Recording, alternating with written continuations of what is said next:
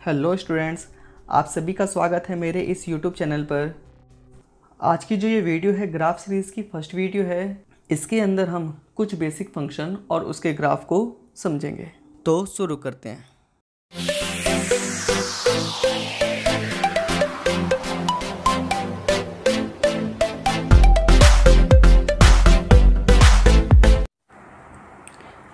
Function and their graph. तो सबसे पहले अगर हम रिलेशन को देखें तो रिलेशन क्या होता है कि जो इनपुट वैल्यूज़ है उसके पेयरिंग या फिर जो मैपिंग होती है जिसके साथ, वो क्या होता है, उसका रिलेशन होता है। तो अगर हम देखें डोमेन होगा हमारे पास एक ऐसा सेट जो कि क्या किसका हो, इनपुट वैल्यू का हो, और रेंज एक ऐसा सेट जो किसका हो, आउटपुट वैल्यूज़ का। कोई रिलेशन को हम फंक्शन जब बोलेंगे जब वो दो चीज़ों को पूरा करे। पहली चीज़ कि उसके जितने भी इनपुट हैं हर एक इनपुट का कोई ना कोई आउटपुट जरूर होना चाहिए, और दूसरी चीज़ कि हर एक इनपुट का एक ही आउटपुट होना चाहिए, एक से ज़्यादा आउटपुट नहीं होने चाहिए। और इसको हम डिटेल में आगे फंक्शन जब स्टार्ट करेंगे तो सीखेंगे। अब हमें कैसे पता चलेगा, हम ग्राफ से हम किस तरीके से पहचान सकते हैं कि जो ग्राफ दिया हुआ है वो एक कोई फंक्शन का ग्राफ है या नहीं है। उसके लिए हम क्या करेंगे, एक वर्टिकल लाइन बना देंगे। अगर वो वर्टिकल लाइन उस ग्राफ को एक से ज़्यादा जगह पे कट करेगी तो वो क्या होगा, ग्राफ जो होगा वो फंक्शन का ग्राफ नहीं होगा। अगर हम इस फर्स्ट फिगर में देखें तो हमारे पास अगर कोई भी हम कहीं पे भी एक वर्टिकल लाइन बनाएं तो वो कहीं पे भी इस वाले ग्राफ को कहीं पे भी एक से ज़्यादा जगह पे कट नहीं करेगी। इसका मतलब जो ये ग्राफ दिया हुआ है ये किसका ग्राफ है, एक फंक्शन का ग्राफ है। वहीं अगर हम इस फिगर को देखें तो एक वर्टिकल लाइन इसे देखो एक से ज़्यादा जगह पे कट करेगी। कोई भी अगर वर्टिकल लाइन बनाए यहाँ पर तो एक से ज़्यादा जगह पे कट कर रही है, तो इसका मतलब ये जो ग्राफ दिया हुआ है ये क्या है, एक फंक्शन का ग्राफ नहीं है। वहीं अगर हम इसे देखें तो ये एक फंक्शन का ग्राफ होगा। क्यों? क्योंकि कोई भी एक वर्टिकल लाइन इसे एक से ज़्यादा जगह पे कट नहीं करेगी। और इसे देखें तो देखो इधर तो कोई भी लाइन नहीं कट करेगी, यहाँ पे भी कोई नहीं करेगी, पर अगर हम यहाँ पे देखें तो एक से ज़्यादा देखो पॉइंट पे कट करेगी कोई एक वर्टिकल लाइन। तो इसका मतलब ये जो ग्राफ दिया हुआ है ये किसका ग्राफ नहीं है, फंक्शन का ग्राफ नहीं है। तो ये दोनों फंक्शन के ग्राफ नहीं है और ये दोनों फंक्शन के ग्राफ हैं। अगर आगे हम बात करें कि हमें ग्राफ से पता कैसे चलेगा कि उस फंक्शन का डोमेन क्या है और रेंज क्या है, तो वो ग्राफ एक्स एक्सिस में जितना फैला हुआ है वो उसका क्या है, डोमेन, और वाई एक्सिस में वो जितना फैला हुआ है वो उसकी क्या है, रेंज। तो इस तरीके से हम ग्राफ देख करके उसके डोमेन और रेंज को बता सकते हैं। अब अगला पॉइंट देखें, ऑड फंक्शन क्या होता है। ऑड फंक्शन एक ऐसा फंक्शन होता है जिसमें fx की जगह पे जो x है उसकी जगह पे हम इनपुट क्या करें, -x, तो हमें क्या आउटपुट मिलेगा, माइनस का fx मिलेगा। तो वो फंक्शन क्या होता है, ऑड फंक्शन होता है। इसको हम ग्राफिकली कैसे देखेंगे, इसका जो ग्राफ होता है वो सिमेट्रिक होता है अबाउट अपोजिट क्वाड्रेंट। जैसे कि अगर हम इस वाले में देखें तो देखो अपोजिट क्वाड्रेंट मतलब ये फर्स्ट क्वाड्रेंट और ये थर्ड क्वाड्रेंट, इन दोनों में क्या है, ये सिमेट्रिक है, मतलब जैसा इस क्वाड्रेंट में है वैसा ही इस क्वाड्रेंट में है। इसी तरीके से ये वाला ग्राफ देखें तो ये क्या है, अपोजिट क्वाड्रेंट में कैसा है, सिमेट्रिक। ये वाला देखें तो देखो ये दोनों अपोजिट क्वाड्रेंट हैं और इन दोनों में ये क्या है, सिमेट्रिक है। इसका मतलब क्या है, ये तीनों ही ग्राफ कैसे फंक्शन है, ऑड फंक्शन के ग्राफ हैं। अब बात करें हम इवन फंक्शन की, तो इवन फंक्शन क्या होता है, अगर हम x की जगह पे -x रखें तो हमें वापस से क्या मिल जाएगा, fx मिल जाएगा। तो उस फंक्शन को हम क्या बोलते हैं, इवन फंक्शन बोलते हैं। और इसको हम ग्राफ से कैसे पहचानेंगे, ये सिमेट्रिक होता है किसके अबाउट, वाई एक्सिस के। जैसे हम ये वाला ग्राफ देखें तो देखो वाई एक्सिस ये है और इसके अबाउट ये देखो क्या है, ग्राफ सिमेट्रिक है। कोई भी फंक्शन कंटिन्यूअस फंक्शन कब होता है, जब उसकी लिमिटिंग वैल्यू उसकी एग्जैक्ट वैल्यू के इक्वल आ जाए। ये लिमिटिंग वैल्यू है फंक्शन की और ये क्या है, एग्जैक्ट वैल्यू किस पे, पॉइंट ए पर। तो मतलब क्या है कि वो जो फंक्शन है वो ए पर क्या है, कंटिन्यूअस है, और ए क्या होंगे, वो जितने भी उसके डोमेन होंगे तो वो अपने डोमेन के अंदर क्या होगा, वो कंटिन्यूअस होगा। ग्राफ से कैसे पहचानेंगे इसको, इसके ग्राफ में कहीं पे भी ब्रेक नहीं होता, मतलब ये ग्राफ कहीं से भी टूटा हुआ नहीं होगा, ये कंटिन्यूसली आपको दिखेगा। वो आपको इस तरीके से भी दिख सकता है, जरूरी नहीं है आप ऊपर जाए या नीचे जाए, या ऊपर नीचे दोनों तरफ हो सकता है, बस उसके अंदर कहीं पे भी टूटा हुआ या वहाँ पे ये समझ लो कि ब्रेक ना हो। अब कोई फंक्शन डिफरेंशिएबल फंक्शन कब होता है? जब उसके डिफरेंशियल कोएफिशिएंट की वैल्यू क्या आ जाती है? फाइनाइट वैल्यू आ जाती है। कब? उसके डोमेन के अंदर। हम ग्राफ से कैसे पहचानेंगे कि इसके ग्राफ में कहीं पे भी कोई भी ना तो ब्रेक होता है और ना ही शार्प होता है, मतलब ना ही कहीं से टूटा हुआ होगा और ना ही पैना होगा। जैसे हम मॉड वाला देखें तो मॉड वाला देखो इस तरीके से वी की तरह होता है मॉड का ग्राफ, तो वो शार्प होता है, तो वो डिफरेंशिएबल नहीं होगा उस पॉइंट पर। इसी तरीके से ये डिफरेंशिएबल हैं क्योंकि देखो कहीं से भी ना टूटे हुए हैं और ना ही कहीं पे ये शार्प हैं।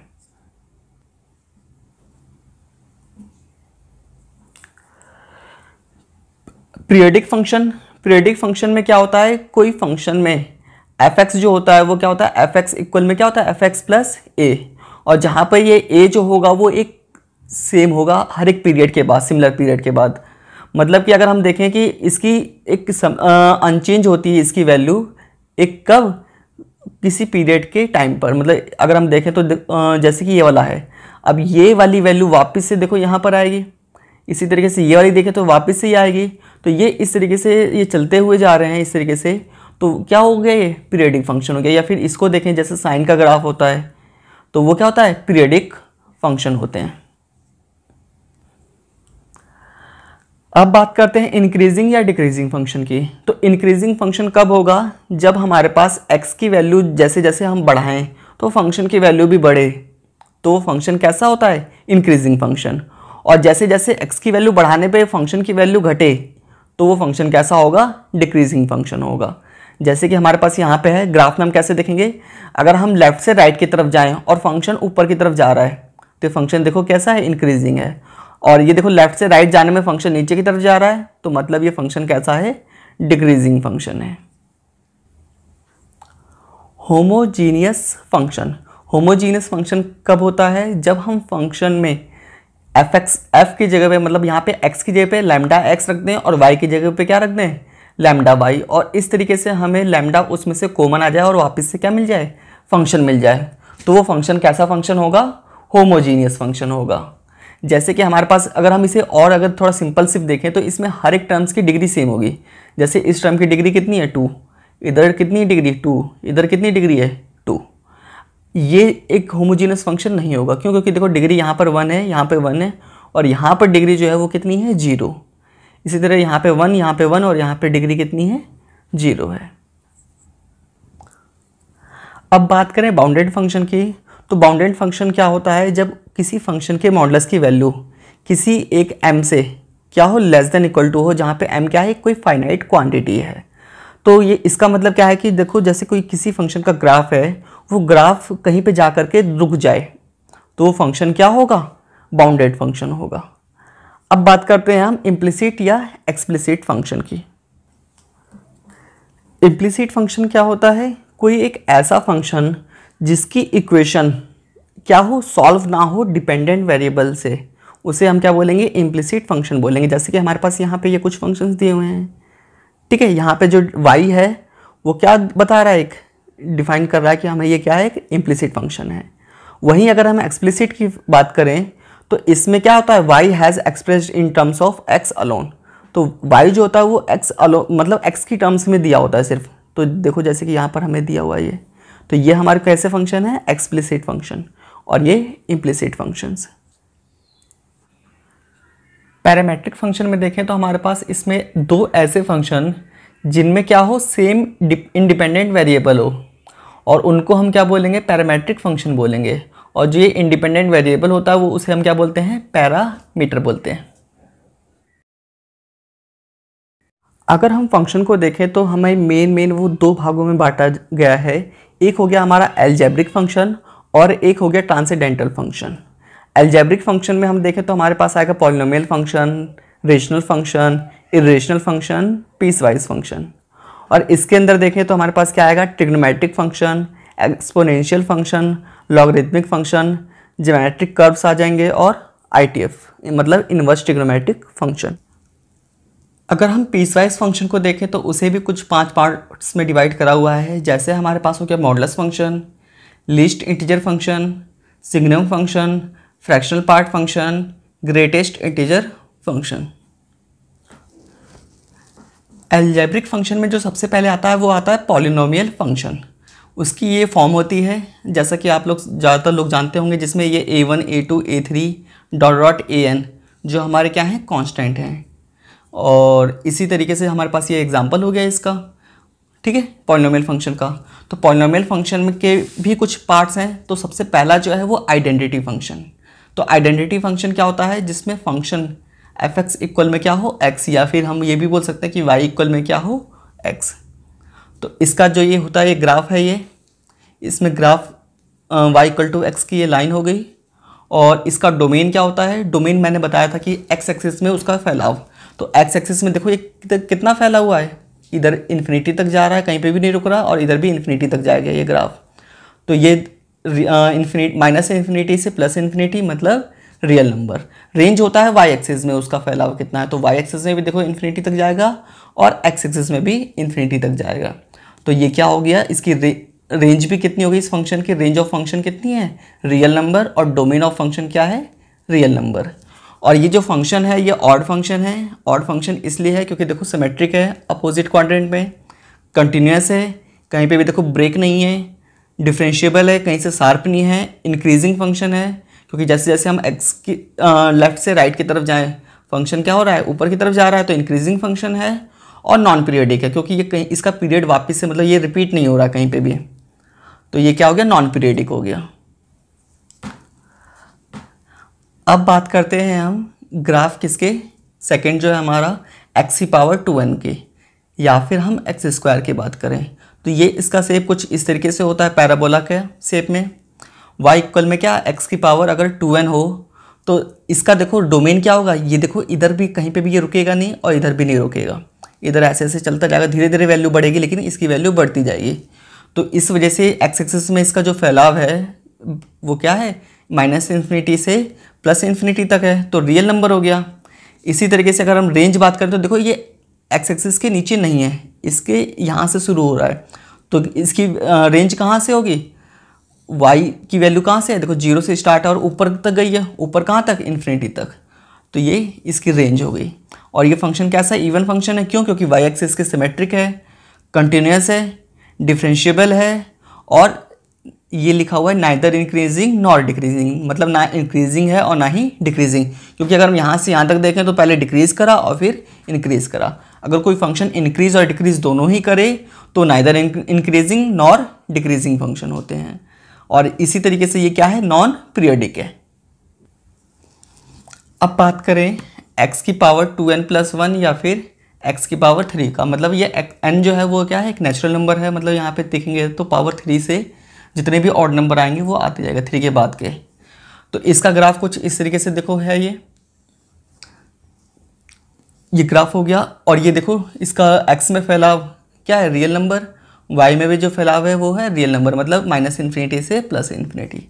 ऑड फंक्शन है, क्यों, क्योंकि अपोजिट क्वाड्रेंट में कैसा है, सिमेट्रिक, कंटिन्यूस है, डिफरेंशिएबल है, इंक्रीजिंग है और नॉन पीरियडिक है। अलजेब्रिक फंक्शन के अंदर पॉलिनोमियल फंक्शन के बाद जो अगला आता है वो क्या है हमारे पास, रेशनल फंक्शन। इसकी जो फॉर्म होती है वो क्या होती है, कोई फंक्शन जो होता है वो दो पॉलिनोमियल फंक्शन के इस तरीके से देखो डिवाइड के में मिलता है हमें इस तरीके से, तो जिसमें px और qx दोनों ही क्या होते हैं, पॉलिनोमियल होते हैं, और नीचे जो qx है उसकी वैल्यू 0 नहीं हो सकती है, तो डिफाइन नहीं होगा अगर q 0 हो गया qx। तो जैसे कि एक एग्जांपल दिया हुआ है, तो हमारे पास इसमें हम कुछ ग्राफ देखें तो सबसे पहला ग्राफ है जो हमारे 1 में x⁴2n, जिसमें n जो है वो क्या है, नेचुरल नंबर है। तो यहाँ पे इवन पावर वाले जो होंगे ग्राफ, उनका ग्राफ कुछ इस तरीके से बनेगा। यहाँ पे ये x को टच नहीं करेगा ना y को टच करेगा, इस तरीके से इसके चलता जाएगा, नज़दीक तो आते जाएगा लेकिन टच नहीं करेगा। तो अगर हम इसका ये डोमेन देखें तो देखो डोमेन क्या है, इधर माइनस इन्फिनिटी से प्लस इन्फिनिटी, मतलब रियल नंबर तो है, बस एक जो x⁴0 मतलब ये y एक्सिस को टच नहीं कर रहा, तो ये वाली वैल्यू नहीं आएगी, इस वजह से -0 लिखा हुआ है। और वहीं रेंज की बात करें तो देखो इसे टच नहीं कर रहा है, तो इसीलिए यहाँ पे ओपन इंटरवल 0 पे, और कहाँ तक है ऊपर, इन्फिनिटी तक। अब ये क्या है, इवन फंक्शन है क्योंकि वाई एक्सिस के सिमेट्रिक है। डिसकंटिन्यूस है, क्यों, क्योंकि पहली बात तो ये कंटिन्यूस इसलिए क्यों नहीं है, क्योंकि ये 2 भागों में टूटा हुआ है, तो यहाँ पे इसकी कंटिन्यूटी नहीं होगी 0 पर। तो डिसकंटिन्यूस है तो फिर डिफरेंशिएबल भी नहीं होगा उस पॉइंट पर, और साथ के साथ कैसा है ये, नाइदर इंक्रीजिंग नॉट डिक्रीजिंग है, नॉन पीरियडिक है, और कंटिन्यूस और डिफरेंशिएबल तो होगा, लेकिन कहाँ पे होगा, ये अपने डोमेन में। मतलब इसमें अगर हम x इक्वल टू 0 रखें, 0 तो हम रख नहीं सकते हैं, तो बाकी जगह पे ये क्या है, कंटिन्यूस है, बस 0 पे नहीं है। अगला देखें तो 1/x या फिर 1/x की पावर ऑड वाले फंक्शंस, तो उनके जो ग्राफ होंगे वो लगभग इस तरीके से होंगे कुछ ग्राफ, और इसका ये हो गया हमारे पास फॉर्म। और इसके जो डोमेन देखो, डोमेन हमारे पास क्या है, -∞ से +∞, मतलब रियल नंबर। बस यहाँ पर ये देखो इसको टच नहीं करेगा तो ये वाली वैल्यू नहीं होगी 0। रेंज भी देखो उसी तरीके से है, -∞ से +∞, और इसको टच नहीं करेगा, इस वजह से इसमें 0 नहीं होगा। और कैसा फंक्शन है, ये ऑड फंक्शन है, कंटिन्यूस और डिफरेंशिएबल तो है, पर कहाँ पे है, अपने डोमेन के अंदर। और कैसा ये डिक्रीजिंग है, क्योंकि देखो हम जैसे लेफ्ट से राइट की तरफ जाएंगे तो फंक्शन देखो नीचे की तरफ ही आएगा, लेफ्ट से राइट जाने पे तो फंक्शन नीचे की तरफ आ रहा है। तो कैसा फंक्शन है, डिक्रीजिंग है, और कैसा है, नॉन पीरियोडिक है। अगला है इर्रेशनल फंक्शन। इर्रेशनल फंक्शन में क्या होता है, x की पावर जो होती है वो कैसे नंबर्स होते हैं, इंटीजर्स नहीं होते हैं बस, मतलब सारे रियल नंबर होंगे, बस कौन से नंबर्स नहीं होंगे, इंटीजर्स नहीं होंगे। एग्जाम्पल के लिए जैसे यहाँ पे दिया हुआ है x की पावर 4/5, तो पहला अगर हम ग्राफ देखें तो x की पावर क्या हो, 1 में इवन नंबर्स जो हो, जैसे 1/2, 1/4, तो उनका बेसिकली ग्राफ कुछ इस तरीके से होता है। ये फंक्शन की देखो डोमेन अगर हम देखें तो x में वैल्यू कहाँ तक ये ग्राफ फैला हुआ है, 0 से स्टार्ट है और कहाँ तक गया है, -∞ तक। तो 0 को टच है तो यहाँ पे क्लोज इंटरवल, इन्फिनिटी पे तो हमेशा ओपन इंटरवल आता है। रेंज हमारी क्या होगी, देखो रेंज भी 0 से स्टार्ट है और कहाँ तक जाएगी, ये ऐसे धीरे धीरे ही बढ़ेगा लेकिन इन्फिनिटी तक चलता जाएगा, तो इस वजह से ये क्या है, रेंज इसकी इन्फिनिटी तक। फंक्शन कैसा है, नैनो है। नैनो का मतलब क्या है, नाइदर इवन नॉर ऑड, ना ही इवन है ना ही ऑड है। इंक्रीजिंग फंक्शन है, नॉन पीरियडिक है, और कंटिन्यूस और डिफरेंशिएबल कहाँ पर है, अपने डोमेन के अंदर। इसी तरीके से अगर हमारे पास फंक्शन में x 1 में x की पावर क्या हो, 1 में ऑड नंबर हो कोई, तो अगर हम देखें तो इसका ग्राफ कुछ इस तरीके से होता है। इसका डोमेन कितना होगा, देखो -∞ से +∞ तक, तो रियल नंबर, और रेंज भी क्या हो जाएगी इसकी, रियल नंबर। और ये कैसा फंक्शन है, ऑड फंक्शन है, क्योंकि सिमेट्रिक है अपोजिट क्वाड्रेंट में, इंक्रीजिंग है, नॉन पीरियडिक है, कंटिन्यूस भी है, और डिफरेंशिएबल भी है। अलजेब्रिक फंक्शन में जो हमारा सबसे लास्ट में आता है वो आता है पीसवाइज फंक्शन। पीसवाइज फंक्शन के भी हमारे पास 5 टाइप्स होते हैं, जिसमें सबसे पहला जो टाइप है वो है मॉडुलस या फिर एब्सोल्यूट वैल्यू फंक्शन। तो इसमें क्या होता है, y इक्वल में हमारा इसका क्या है फंक्शन, मॉड x इस तरीके से लिखा होता है। इसका मतलब होता है x, ये अंदर वाली वैल्यू मतलब या तो पॉजिटिव होगी या नेगेटिव होगी। और पॉजिटिव कब होगी, जब ये x से जो होगा ये 0 से बड़ा होगा, और नेगेटिव कब, जब इसकी वैल्यू क्या होगी, 0 से छोटी होगी। इसका देखो अगर हम डोमेन देखें इसके ग्राफ से, तो इसका डोमेन कितना होता है, -∞ से +∞, मतलब रियल नंबर। और इसकी रेंज देखो 0 से स्टार्ट होता है और ऊपर इन्फिनिटी तक, तो 0 से इन्फिनिटी, 0 पे क्या आएगा, क्लोज इंटरवल आएगा, क्योंकि 0 को टच है ये। और ये फंक्शन कैसा फंक्शन है, इवन फंक्शन है, y एक्सिस के, क्योंकि ये सिमेट्रिक है, कंटिन्यूस है, पर ये डिफरेंशिएबल नहीं है, क्यों, क्योंकि यहाँ पे देखो ये शार्प है। इसी तरीके से कैसा ये नाइदर इंक्रीजिंग नॉर डिक्रीजिंग, और नॉन पीरियडिक फंक्शन है ये। अगला है हमारा सिग्नम फंक्शन। तो सिग्नम फंक्शन को हम किस तरीके से लिखते हैं, y इक्वल में SGN, और ये क्या है, x। और ये किस तरीके से डिफाइन होता है सिग्नम फंक्शन, इसकी जो अगर x does not equal to 0 हो तो ये मॉड x अपॉन में x होता है, और x की वैल्यू अगर इक्वल में 0 हो तो इसकी वैल्यू कितनी आ जाती है, 0 हो जाती है। अब मॉड को भी अगर हम देखें तो देखो लेस देन ग्रेटर देन 0 पे कैसे आएगा, x आएगा तो वो दोनों कट जाएंगे, 1 आ जाएगा। इसी तरीके से यहाँ पे क्या आ जाएगा, -1 आ जाएगा। इसके डोमेन -∞ से +∞ तक होता है, तो इस वजह से ये क्या हो जाएगा, इसका डोमेन रियल नंबर। पर इसका आउटपुट देखो 3 ही वैल्यू मिलती है, या तो +1 या तो -1 या तो 0।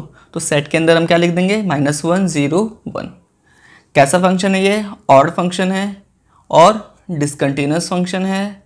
और डिसकंटिन्यूस क्यों है, क्योंकि ये देखो ब्रेक हो रखा है। और साथ के साथ कैसा है, इंक्रीजिंग है और नॉन पीरियोडिक फंक्शन है। अगला ग्रेटेस्ट इंटीजर फंक्शन, जिसको हम स्टेप वाइज फंक्शन या फिर फ्लोट फंक्शन के नाम से भी जानते हैं। इसका जो ग्राफ होता है वो कुछ इस तरीके से देखो होगा। ये कैसे होता है,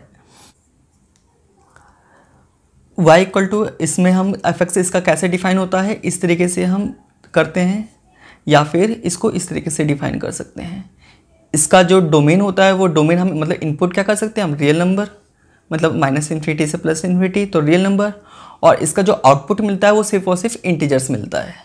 कैसा फंक्शन है ये, डिसकंटिन्यूस फंक्शन है, इंक्रीजिंग है और नॉन पीरियोडिक है। अगर हम ये देखें तो कुछ प्रॉपर्टीज़ हैं हमारे पास ग्रेटेस्ट इंटीजर फंक्शन की। तो पहली प्रॉपर्टी क्या है कि अगर हमारे पास कोई इंटीजर हो x, अगर वो हमारे पास ग्रेटेस्ट इंटीजर फंक्शन हो तो हमारे पास क्या आउटपुट मिलेगा, x मिलेगा। इसी तरीके से अगर हम इनपुट करें x + i जहाँ पे एक कोई इंटीजर है तो हम इस तरीके से हम i उससे अलग हो जाएगा। अगर कोई x नेगेटिव हो तो उससे हमारे पास i जो होगा वो क्या माइनस जो होगा वो बाहर आ जाएगा, जिसमें x क्या होना चाहिए, कोई एक इंटीजर होना चाहिए। और अगर वो इंटीजर ना हो तो वो माइनस बाहर तो आएगा साथ में, लेकिन -1 भी हो जाएगा। फ्रैक्शनल पार्ट फंक्शन, तो फ्रैक्शनल पार्ट फंक्शन को हम इस तरीके से कर्ली वाला जो ब्रैकेट होता है उससे हम शो करते हैं। तो फ्रैक्शनल पार्ट कोई भी मान लो x कोई भी एक नंबर है, तो वो नंबर कैसे मिलता है हमारे पास, greatest integer function plus fractional part function. तो इससे अगर हम देखें तो फ्रैक्शनल पार्ट फंक्शन कैसे आएगा, इसको हम इसमें से माइनस कर देंगे। मतलब क्या है कि कोई फ्रैक्शनल पार्ट फंक्शन क्या होता है, उस नंबर में से उसकी ग्रेटेस्ट इंटीजर वैल्यू की हम क्या कर देंगे, माइनस कर देंगे, तो हमें क्या मिल जाएगा, उसका फ्रैक्शनल पार्ट मिल जाएगा।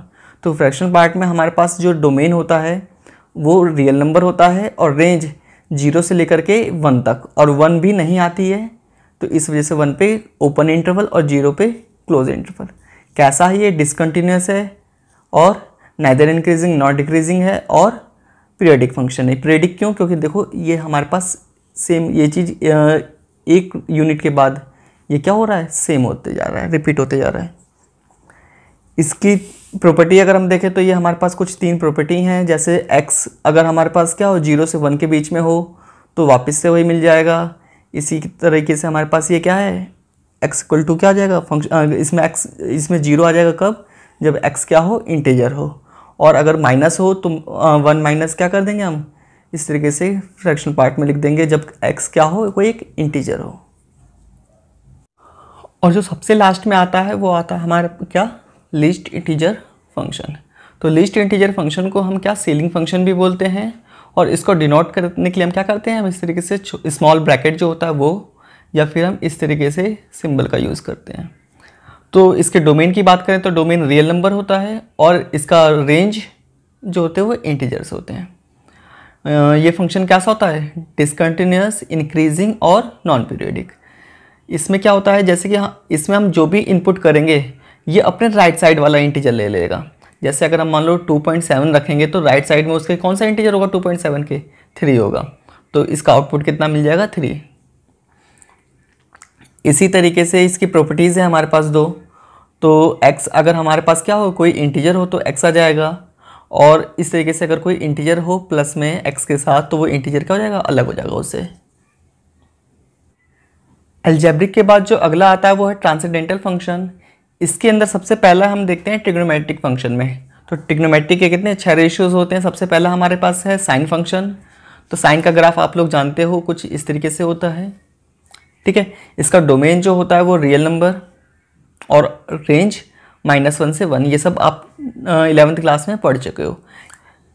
ये फंक्शन कैसा फंक्शन है? ऑड फंक्शन है, कंटिन्यूस है, डिफरेंशिएबल है, नाइदर इंक्रीजिंग नॉट डिक्रीजिंग है और पीरियडिक है। और पीरियडिक कहाँ पर है? 2 पाई पर, क्योंकि 2 पाई पीरियड के बाद इसकी वैल्यू सेम वही आती है, आउटपुट उसका सेम वही आएगा। इस तरीके से ये हमारा हो गया कॉस फंक्शन।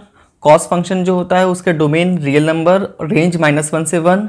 कैसा फंक्शन होता है? ये even, continuous, differentiable, neither increasing not decreasing और पीरियड वही हमारा सेम 2 पाई। टेंजेंट फंक्शन, तो टेंजेंट फंक्शन का ये ग्राफ हो गया हमारा ब्लू कलर में जो है। इसके डोमेन जो होते हैं वो क्या होता है? डोमेन क्या होता है? रियल नंबर होता है, बस इसके अंदर ऑड नंबर के साथ π/2 नहीं आएगा, ठीक है, जिसमें n क्या है? इंटीजर्स है। रेंज इसकी क्या है? Real number. कैसा फंक्शन है ये? ऑड फंक्शन है, डिसकंटिन्यूस है, नाइदर इंक्रीजिंग नॉट डिक्रीजिंग है और पीरियड, जितने भी ट्रिग्नोमेट्रिक फंक्शन होते हैं उनका पीरियड कितना होता है? 2 पाई होता है। अब इसके बाद हमारे पास है कोटेंजेंट, मतलब कॉट फंक्शन। तो इसको हम, इसका ये ग्राफ हो गया। इसका डोमेन जो होता है वो रियल नंबर -n पाई, मतलब सारे रियल नंबर होंगे, बस n पाई नहीं होगा। और रेंज इसकी कितनी होती है? Real number. ऑड फंक्शन है ये, डिसकंटिन्यूस है, नाइदर इंक्रीजिंग नॉट डिक्रीजिंग है और इसका पीरियड कितना है? 2 पाई। अगला है सेकंड। इसमें हम डोमेन देखें तो डोमेन हमारा क्या होता है? Real number minus odd number के साथ π/2।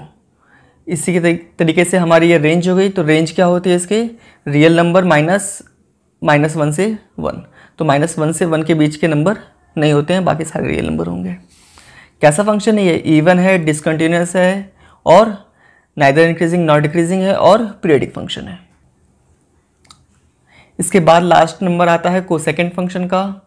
इसका ये हमारा ग्राफ हो गया और ग्राफ के बाद हमारे पास ये डोमेन, रेंज और इसके ऑड फंक्शन है, डिसकंटिन्यूस है, नाइदर इंक्रीजिंग नॉट डिक्रीजिंग और पीरियड वही 2 पाई। ट्रिग्नोमेट्रिक फंक्शन के बाद अगला हम देखते हैं एक्सपोनेंशियल फंक्शन। तो एक्सपोनेंशियल फंक्शन में देखो क्या होता है? f(x) इक्वल में क्या होता है? a की पावर x, जहाँ पे a जो होता है वो ग्रेटर दैन 0 हो और a की वैल्यू क्या नहीं होनी चाहिए? 1 नहीं होगी। तो अगर a की वैल्यू 1 से बड़ी हो तो इसका ग्राफ कुछ इस तरीके से बनेगा। जो ये y एक्सिस को कट करता है वो किस पे? 0, 1 पे कट करेगा। फंक्शन कैसा है? इंक्रीजिंग है। इसके जो a की वैल्यू 1 से बड़ी, मतलब जैसे 2 की पावर x हो गया, 3 की पावर x, 2 की पावर x, 3 की पावर x, 5 की पावर x या फिर ex, ये सब का ग्राफ क्या होगा? कुछ इस तरीके से ही होगा। इसका डोमेन कितना होता है? Real number. रेंज 0 से इन्फिनिटी। ये हमारे पास सेकंड केस क्या है? जब a की वैल्यू 0 से 1 के बीच में हो। तो 0 से 1 के बीच में हो तो कुछ इस तरीके से होगा। और ये कैसा फंक्शन होगा? डिक्रीजिंग फंक्शन होगा। जैसे 0 से 1 के बीच में, मतलब 1/2 का, 1/3 का या फिर 1/e, इन सब की पावर कितनी है? x है। और यहाँ पे भी ये जो y एक्सिस को कट करा है वो किस पॉइंट पे करा है? 0, 1 पे करा है। ये कैसा फंक्शन है? नैनो फंक्शन होते हैं, कंटिन्यूस होते हैं, डिफरेंशियल होते हैं और नॉन पीरियडिक होते हैं। आगे हम लॉगरिथमिक फंक्शन को देखें तो उसमें भी 2 केसेस हैं। पहला केस है जब a की वैल्यू क्या हो? 0 और 1 के बीच में हो और सेकंड केस है a से बड़ी। तो 0 और 1 के बीच में होगा तो फंक्शन डिक्रीजिंग होगा और इसका ग्राफ कुछ इस तरीके से आएगा। जैसे यहाँ पर देखो बेस वैल्यू क्या हो? 1/2 हो या फिर 0.1 हो या फिर 1/e हो, ये बेस वैल्यू है इनकी। और इसी तरीके से अगर 1 से बड़ा, मतलब लॉग बेस में 2 हो, 10 हो या फिर e हो, तो वो उसका ग्राफ कुछ इस तरीके से होगा। और ये कैसा फंक्शन होगा? इंक्रीजिंग। इनका डोमेन कितना होता है? 0 से इन्फिनिटी तक। 0 को टच नहीं करा इसलिए ओपन। और रेंज देखो -∞ से +∞ होता है, इसलिए क्या हो जाएगी? Range real number. और कैसे फंक्शन होते हैं ये? नैनो, कंटिन्यूस, डिफरेंशिएबल अपने डोमेन के अंदर और नॉन पीरियडिक।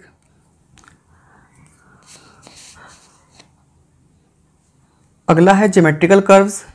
इसे भी आप 11th क्लास में देख चुके हैं। जैसे कि स्ट्रेट लाइन अगर मान लो कुछ ax + by + c = 0 हो तो हमारे पास इसका ग्राफ कुछ इस तरीके से बनेगा, जहाँ पे ये वाला कोऑर्डिनेट कितना होगा? 0, -c/a और ये क्या होगा? -c/a + 0। ये हमारा सर्कल हो गया। सर्कल में ये रेडियस r हो तो इसका ये इक्वेशन होती है। इसी तरीके से हमारे पास पैराबोला में फर्स्ट ये और सेकंड इसमें और इसमें फ़र्क क्या है, इसमें होगा क्या Y square equal to 4ax और इसमें क्या होगा x square equal to 4ax। ये हमारे इलिप्स हो गए, ठीक है। इलिप्स, इन दोनों में फ़र्क क्या होगा, इसमें a की वैल्यू बड़ी होगी और इसमें b की वैल्यू बड़ी होगी। और इसी तरीके से हमारे पास क्या हो गया, ये लास्ट में हाइपरबोला। हाइपरबोला में क्या होगा, ये एक ये हो गया और एक ये, इन दोनों में फ़र्क क्या होगा, इसमें एक्स स्क्वायर वाला पॉजिटिव होगा, इसमें वाई स्क्वायर वाला पॉजिटिव होगा।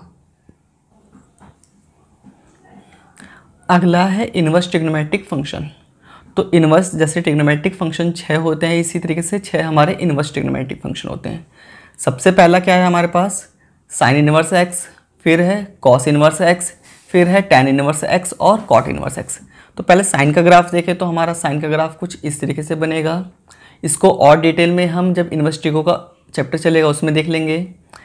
ये कॉस इन्वर्स का, ये टैन का और ये कॉट का। इसको याद करने के लिए आप कैसे याद कर सकते हो, देखो ये उल्टा फ हो गया, हिंदी का फ लेटर जो होता है, ये सीधा फ, लेटा हुआ फ, और देखो साइन कॉस टैन, इन तीनों का ग्राफ अगर आपने देख लिया तो उसके बाद क्या आ जाएगा, कॉट इन्वर्स का कैसे होगा, टैन का ऐसे गया और कॉट का इस तरीके से वापस आ जाएगा।